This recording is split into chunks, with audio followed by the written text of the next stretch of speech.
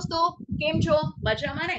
આપણે ધોરણ 6 એનું સેકન્ડ લેંગ્વેજ ગુજરાતી એનું પહેલું ચેપ્ટર એક જ ડાળના પંખી એનો પાર્ટ 3 ભણી રહ્યા છીએ.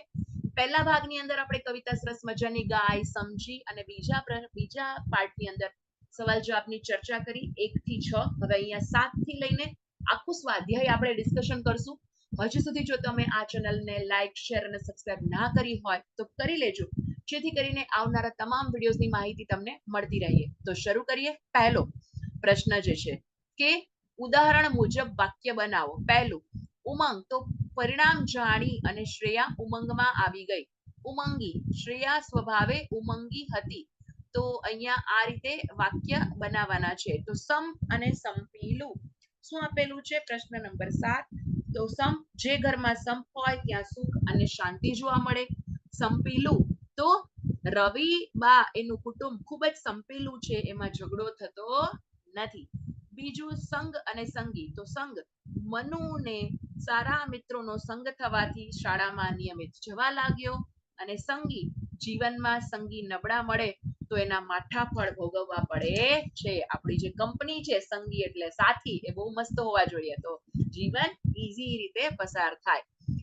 પછી પ્રશ્ન નંબર 8 લઈએ. કૌંસમાંના શબ્દનો ઉપયોગ કરી વાક્ય બનાવો. જેમ કે ઊંચું નીચું, સુખ દુઃખ. તો આભ ધરતી, પક્ષી આભમાં ઉડ્યું, પક્ષી ધરતી ઉપર આવીને બેઠું. તો આમાં ઊંચું નીચું કહી શકો. જીરાફ ઊંચું પ્રાણી છે, જીરાફ કરતા ઊંટ જે છે થોડું નીચું પ્રાણી છે. સુખ, તો સુખમાં ખુશ થતા હોય છે લોકો.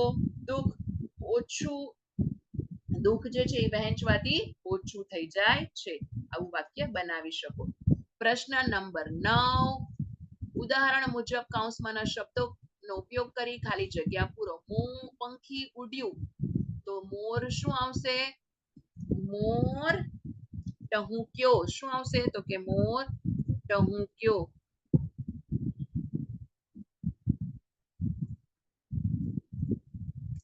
પછી દેડકો કૂદ્યો.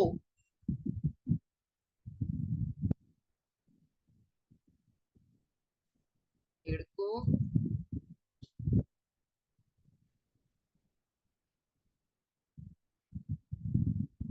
કૂદ્યો.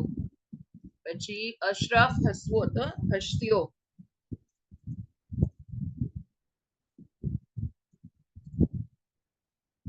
પછી જેનિશાએ કેરી ખાવી. તો ખાધી.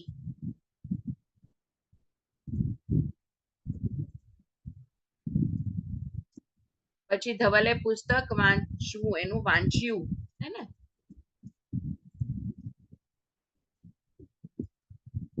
ઓકે, ચલો નેક્સ્ટ પ્રશ્ન નંબર 10 ઉપર જઈએ. રેખાંકિત શબ્દોને સ્થાને કૌંસમાંના યોગ્ય શબ્દ પસંદ કરી મૂકો અને જરૂરી ફેરફાર કાવ્ય પંક્તિ ફરીથી લખો. ઓકે, તો અહીંયા જુઓ આપણે જઈએ પ્રશ્ન નંબર 10 ઉપર.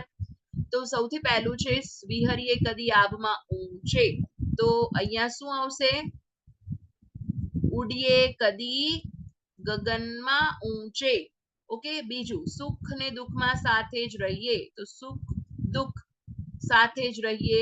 લડીએ વડીએ એટલે લડીએ ઝઘડીએ, કદી જુદા જ ન થઈએ. ધરતીને ખોડે બાળ અમે સૌ કરીએ કુદરત ગાન. કુદરત ગાનનું પ્રકૃતિ ગાન. અને જીવન કેરા પ્રવાસના સંગી. પ્રવાસ એટલે યાત્રા. તમે જોશો કે અહીંયા વાતમાં આપણે શબ્દના અર્થ અથવા તો સમાનાર્થી શબ્દ ડિસ્કશન કરી લીધા. જેમ કે વિહરીએનું ફરીએ, આભનું ગગન, કુદરત ગાનનું પ્રકૃતિ ગાન, પ્રવાસનું યાત્રા. રાઈટ? તો આવડી ગયું ને?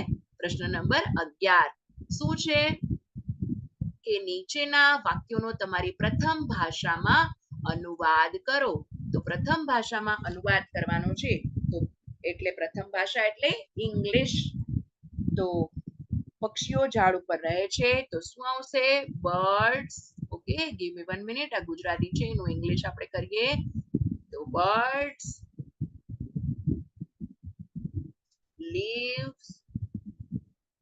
live on the tree. On the tree. Full stop. Okay, બીજું છે જે બધા પક્ષીઓ સંપીને રહે છે. તો all the birds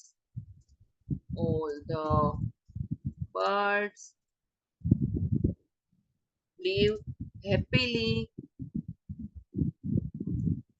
together.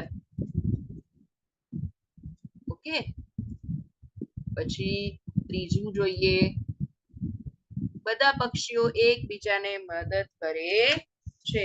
તો શું આવશે એનું કે all the birds help one another.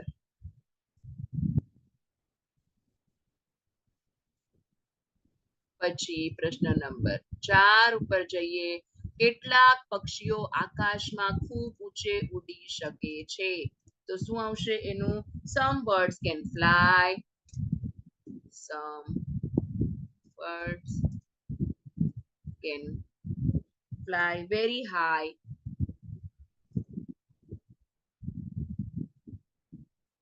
in the sky.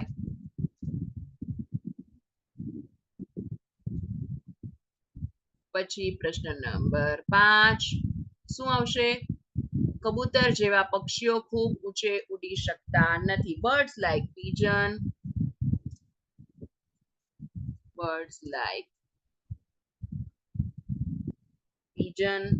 cannot fly very high, right? હવે પ્રશ્ન નંબર 12, વર્ગ જૂથ પાડી અને પશુ પંખીના ઉખાણા બનાવવાની પ્રવૃત્તિ કરાવો. તો અહીંયા જુઓ, સૌથી સુંદર પંખી છું, કડા કરીને નાચું છું, ટહુકાથી વન ગજવું છું, બોલો હું કોણ છું? તો મોર, હે ને?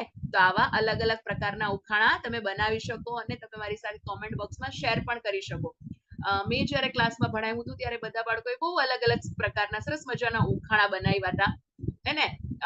જેમ કે 3 પાંખો વાળું છું, ગોળ ગોળ ફરું છું, ગરમીથી બચાવું છું, સ્વિચ પાડો તો ચાલુ છું.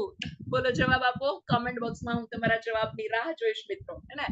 અને પ્રશ્ન નંબર 13, આ કાવ્યનું વર્ગમાં સમૂહ ગાન કરો. આપણે પાર્ટ 1 ની અંદર આ સરસ મજાની કવિતા એક જ ડાળના પંખી એ ગાય તમે તમારા રાગમાં પણ ગાઈ શકો, અલગ અલગ રાગમાં ગાય અને સંભળાવી શકો. તો આઈ હોપ કે તમને પાર્ટ 1, 2, 3 એ 3 પાર્ટની અંદર આખું જે કવિતા જે છે એ સમજાઈ ગઈ હશે, એના સવાલ જવાબ પણ આવડી ગયા હશે. તો આપણે મળશું નેક્સ્ટ વિડીયોમાં નેક્સ્ટ ચેપ્ટર સાથે. ત્યાં સુધી આવજો.